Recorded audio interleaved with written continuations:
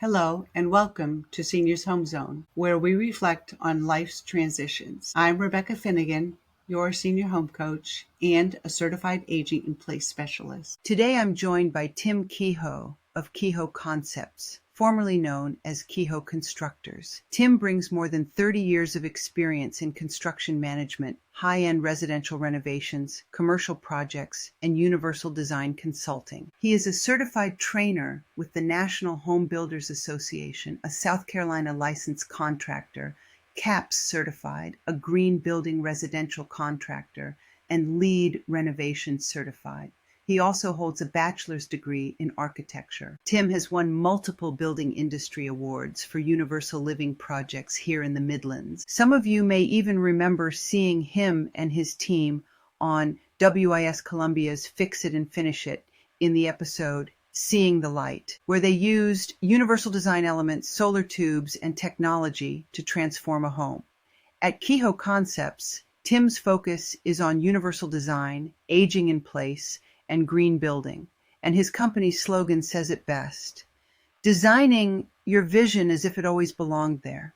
Good morning, Tim, and thank you for joining me. Good morning, Rebecca. Thanks for having me on today. You're welcome. Tim, what is universal design for a family hearing it for the first time? That's a very good question. If you have friends or relatives and they're coming to visit you at your home, is your home visitable? There's 4 aspects to being visitable. 1, can they easily enter into your home? 2, is there a restroom facility in your home they could use? 3, if they're going to stay overnight, is there a bedroom with bathing facilities that would be easy for them to use? And 4, if they were going to stay several days or nights, can they get in, around, and use and enjoy your home as easily as you are? In particular, door widths would probably be the most significant change, and pathways. Pathways to hallways, in and around furniture would be the first thing I would focus on if I were entering a home and say, is this a visitable home? Yes, they have an entry door that's easily to get access through, a bathroom door, and then beyond that, moving around the home. What are the widths you recommend for the doorways? We recommend a 32-inch wide minimum, and if possible, 36-inch doors. Let's say somebody was coming to your home that's recovering from knee surgery and they're using a wheelchair initially. Oftentimes in a 30-inch door in a hallway, when a person turns the corner, footrest will bump into the trim or the door, whereas a 32-inch greatly decreases that to happen. Ultimately, 60-inch radius is a turning space, but you really don't need that. We recommend a hallway of 36 minimum, 38 to 42 would be preferred, but again, 36 is adequate. Okay. Is there a small upgrade that can really make a difference now for keeping people safe in their home? Just something small to start with. Certainly. One of the things that we found very useful is a lever handle on a door. If you could visualize a young mother coming in to the house with groceries or a baby in her arm and she has to reach, she could just take an elbow and hit that lever, push it up or pull it down, and push the door open. We found that to be one of the quickest, easiest, and not that expensive way to get in and around your home. Right. Little changes like that can really help. And what do you recommend if you're redoing the entire bathroom? What are the most important things? What type of floor do you use? And how do you prepare for putting in grab bars? Let's start with the shower. Having a grip bar, or what we would use is a decorative grab bar. We don't want it to be clinic-like. We want the bathroom to be spa-like. We want to present it that way, which we think adds value to your home, plus adds value to your living experience. Try to put at least one grab bar in or near the shower area. And you mentioned about what would be the backing. It's really exciting. Almost every grab bar manufacturing now has a system of using a anchor that will hold the required weight of about 300 pounds is what's recommended in half-inch drywall. Wood is the absolute best way for anchoring. If there's not wood, then there are anchors that are available to help you do that. If you find a qualified contractor that will be knowledgeable and would solve that problem. There are ways, a little more expensive, to remove drywall, put backing in, and then reinstall the drywall, do the drywall repair, paint, and touch up. So it's not impossible, it's just more expensive. With the way that the manufacturers are providing information and possibilities for us as contractors, it's certainly a lot easier to have your home more spa-like and safe. Most tile for flooring already has a coefficient that's sufficient for just a little bit of grip, coefficient of friction they call it, and the tile companies are aware of that. I wouldn't use a polished marble for flooring. Polished marble or polished granite is beautiful, but on floors it can be dangerous with a little bit of water. Very slippery, yes. Let's move to the kitchen. How do you set storage heights and use pullouts and place task lighting so prep is easy? Okay, kitchen, that's an excellent place. Let's say there's an island. We like to have at least 42 to 46 inches space between the island and other kitchen cabinets. We also like to try to accomplish about 60% of your cabinet storage would be below the 42-inch height above the floor. And we like pull-out hardware that's available as a retrofit that you can buy through Home Depot, Lowe's, cabinet specialty companies. And that way you're not down on your hands and knees trying to get that last little lid out in the back of the cabinet that fell back there. So if you pull it out where you can look down on it and reach it out, that's really helpful. The other thing we like to suggest is that the handles for the cabinet, instead of having a little knob, we call it a C shape. In other words, it's like a loop where you can put your hand in the front of it and pull it. Beside your hand, you could use something that you could just pull. What do you recommend for upper cabinets? Well, actually, there is some hardware. They call it pull-down hardware that is available, and it can be put in as a retrofit as well, which we have done in several homes. Let's say that you happen to be recovering and sitting in a wheelchair. If you put that on the bottom shelf in the upper cabinet, you can reach in, pull it down, and it brings whatever items you were storing in front of you, take them off of that, or you take them out of the dishwasher and put them back on that, and then it's self-weighted, so you just push it back up and set it back in and close your cabinet doors. Oh, that's perfect. That sounds great. Let's move to lighting. A lot of people stress about nighttime movement because it's dark. What do you recommend for that? I would recommend you buy a light switch. There's a little LED light behind the cover of the light switch, and it has enough power on it so at night when you get up or head into a room, you can immediately see where the light switch is. It's called a rocker switch, so you can just tap it versus trying to find what we call a toggle switch where you have to get your finger under it or above it and push up or pull down. The rocker, you can use your hand, you can bump into it with your elbow, and those are easier to have lit up besides the toggle switch ones. We also recommend overhead lighting in a hallway. Some people have put in motion sensors, and some have just a low light that stays on all night. My wife and I use these throughout our home. Where you plug it in, it's a night light, and when the lights in the rest of the house go out, those lights come on, and they're not super bright, but it gives you a little pathway and a direction of where you're going. What do families gain when they make these modifications? The knowledge and of security and safety, just knowing that gives a little bit more peace of mind. And if it's done correctly, then it adds value to your home, because last time I checked, there's over 67 million baby boomers now living in the United States. There's a whole group of us that our seeing isn't as good at night. We get up a little more often at night.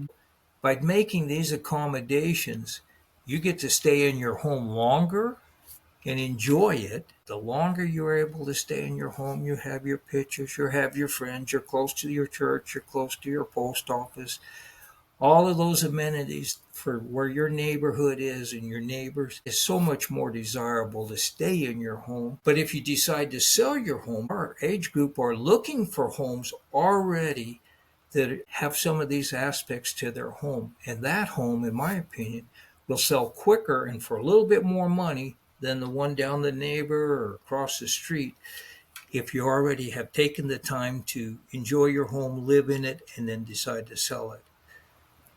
Right. Moving to something that's going to fit their needs, like one story or smaller.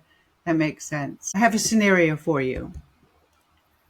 A daughter expects her father home in 2 weeks after he had a fall. Walk us through the most important things that she needs to do to get him ready.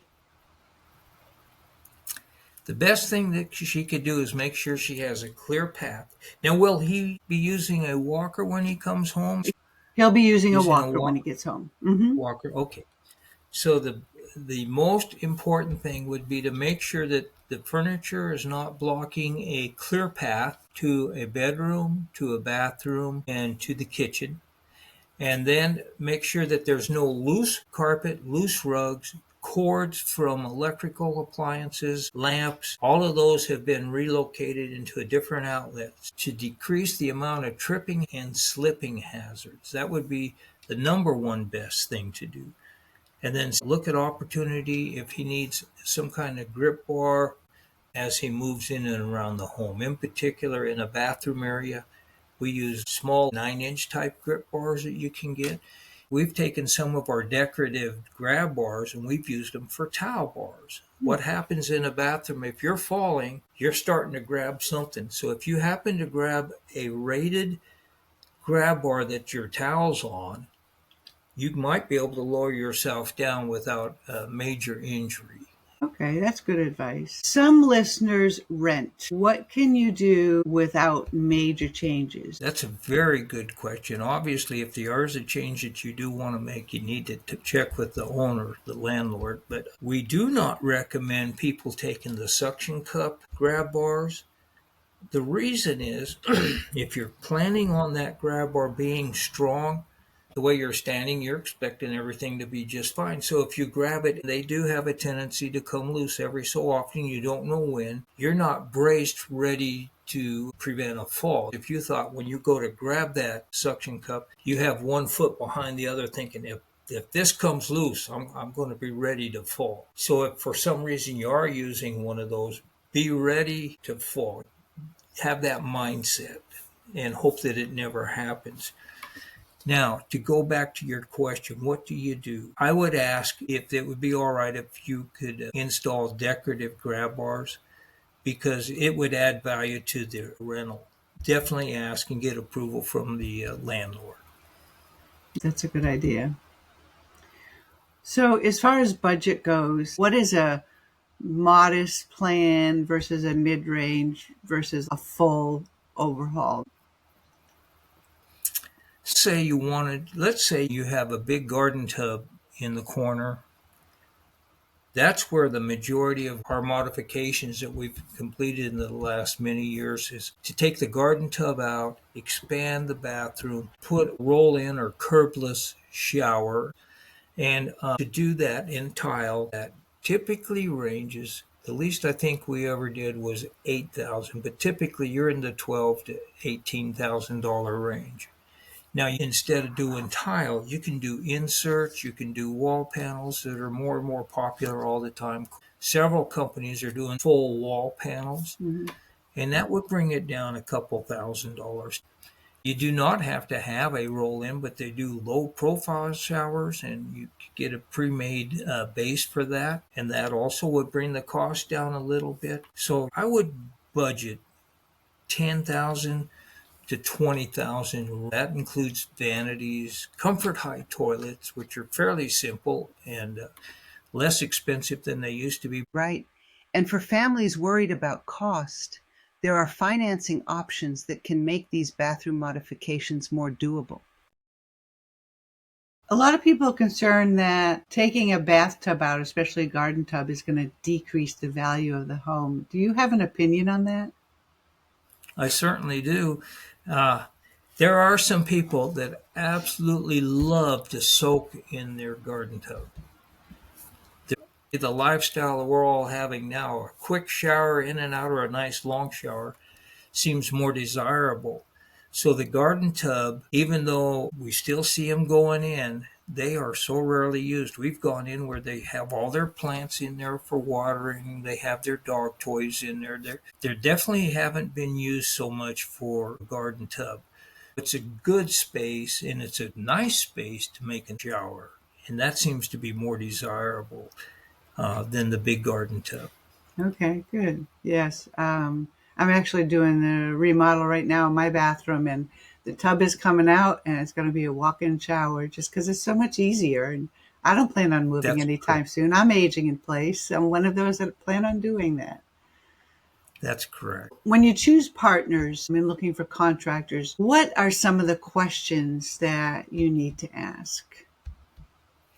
Well, typically in some of the counties here in the Midlands of South Carolina, they require if you're going to do any plumbing, electrical, or structural work, you get a contractor who's a licensed contractor to get a permit. That's the first thing. Check and see if they're licensed, have a permit, and have adequate insurance. The insurance that we recommend is liability and prefer if they have their own crew or if they're bringing other subcontractors in, that they also have workers' comp insurance, just so that if somebody's injured at your home, you're not liable for that. Those are some of the aspects, and that makes the top-notch contractors a little bit more expensive, but they know what they're doing. They do it quick. They get in, they finish, and you're not getting somebody who just took your money and then ran. So you want to use a qualified, licensed contractor. And those are the ones that have had enough experience, have access to good products, good subcontractors, and you'll be happy at the end that the job is completed and you're not having issues afterwards. What do you recommend if they only have one bathroom? That is definitely a conversation you want to have before you start the owner. What are the opportunities to do this? What hours can we work? And can we get the most obviously important would be a toilet, because you can use a sink for washing your hands. And then the second would be bathing. Are they part of a health club where they could take a shower if they needed to or something for a day or two? A neighbor, a friend, a relative. Because especially if you're doing tiling, you are going to be without your shower for several days. It could be a couple weeks, depending what all's involved.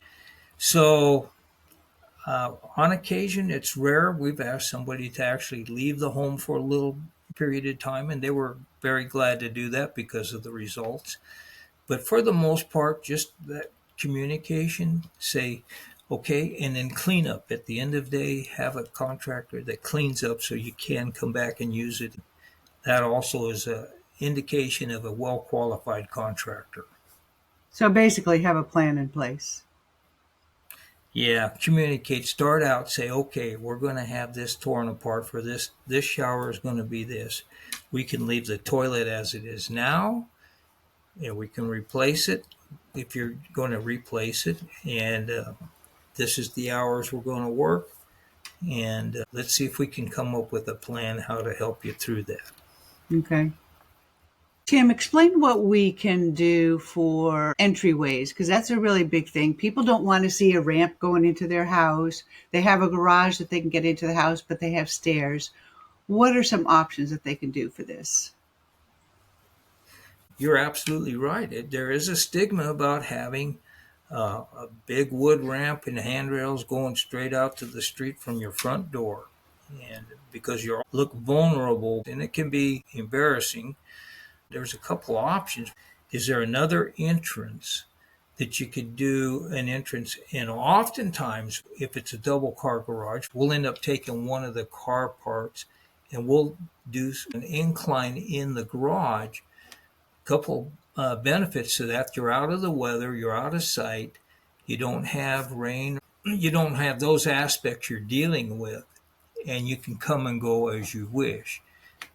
In some cases, there's so many stairs in the garage that it's hard to put an incline in, because we recommend for every inch high that you go to overcome, you go 12 inches horizontal out. That's a recommendation, and sometimes that's hard to achieve. So there are lifts that you can purchase, and they usually run $8,000 to $12,000, and they're removable at the end of that time. And we do that, and you build a little platform over the stairs, and you're able to take a lift up and down. Of course, at that point, the people who also live there enjoy that, because they can take their groceries up and down, their luggage up and down. They're no longer carrying them up and down the stairs. In some cases, we do actually put some kind of an incline on the outside of the house. We like to include that in the landscaping. We'll build some plants around it, a little retaining wall, and make it look part of the project. That can be a little bit more cost involvement, and that may be a budget issue. We have put elevators in homes. The front door does not necessarily have to be your accessible entry. There are several ways to do that. How do you put an elevator in a home? The most recent one we did, we actually did it in the garage, and we went up into almost an attic space where then we could poke back into the house. And then we had a second stop that went into the dining room. That was helpful for them to get groceries in and out. If you're designing or have a home, if you can stack two closets right on top of each other, and the closets would be about 3 foot by 3 foot minimum, but 4 foot by 4 foot would be more realistic. If you could stack those so that you could remove that floor in the future, that's an added value for a future elevator, even if you don't need it at this time. That's if you have a home that you're either remodeling or having built. So the closets have to be right over each other. That's preferred. There are some elevators, they're almost like a piece of furniture. You can put them anywhere, and you're going to have to do a little bit of framing modification that might need some structural attention to, maybe even an engineer. But when the elevator is in the up position, the bottom of the elevator becomes the ceiling. When the elevator is in the down position, the top of the elevator becomes the floor above. What you need is a clear space above and a clear space down below, but it could go from a living room up into a bedroom. And they're capable of helping somebody who happens to be a wheelchair user as well. We see things like stair lifts in homes. Is it important to have a generator in case the power goes out? That's correct. There are some design requirements that if your elevator or your stair lift is in the upper position, there's a backup battery that's always being charged that will allow it to at least go down one level. Not necessarily to bring it back up, but at least if you're up above, you have a way to get down. Perfect. That's great. Tim, is there anything that I haven't asked that you want to touch on before we close out? Well, I would like to say there's a couple important parts of making a decision when you're buying a home. And if you have a realtor that's knowledgeable about some of these items we just discussed this morning, you're well ahead. Because anybody that has a home that can be modified and somebody knowledgeable would say, yeah, this could be changed, that could be changed, or you may not want to buy this home. It's going to be too hard to convert if you're at a certain age and thinking of living there and wanting to be in that home for a long time. Picking the right realtor and the right team to help you in the decision making of your home is so helpful. In some cases, these modifications can be somewhat expensive. There are options as far as financing. For instance, a reverse mortgage is one of the options. And I think you've involved in some reverse mortgage information. Yes. So that would be a good resource for somebody as well. So these kind of things going in the future, thinking about your parents, thinking about yourself, anything you do to your home to help make it easier for somebody to live in and stay in my opinion, absolutely adds value to your home. I definitely believe that if you do that, when it comes time to sell it, if you put it on the market, I think it'll sell quicker and for more money than a home that doesn't have these type of modifications. And that's true because, like you said earlier, there are so many baby boomers retiring and they need these modifications. Tim, I want to thank you for sharing these clear steps that families can use, your insights on the safe showers, the doorways, clearances, lighting, and making the paths doable. I truly appreciate your time and your heart for this work. Thank you. I appreciate you as well, Rebecca. Continue to have a great day. You as well. Thank you. Thank you. One path, one room, one upgrade. Clear a hazard, add night lighting, swap one knob for a lever. Take one photo and one measurement, then start a simple plan. Thank you for joining me today on Seniors Home Zone, where we reflect on life's transitions. I'm Rebecca Finegan. Please like and share this episode so more families can find the support they need. Until next time, take care of yourself and your home.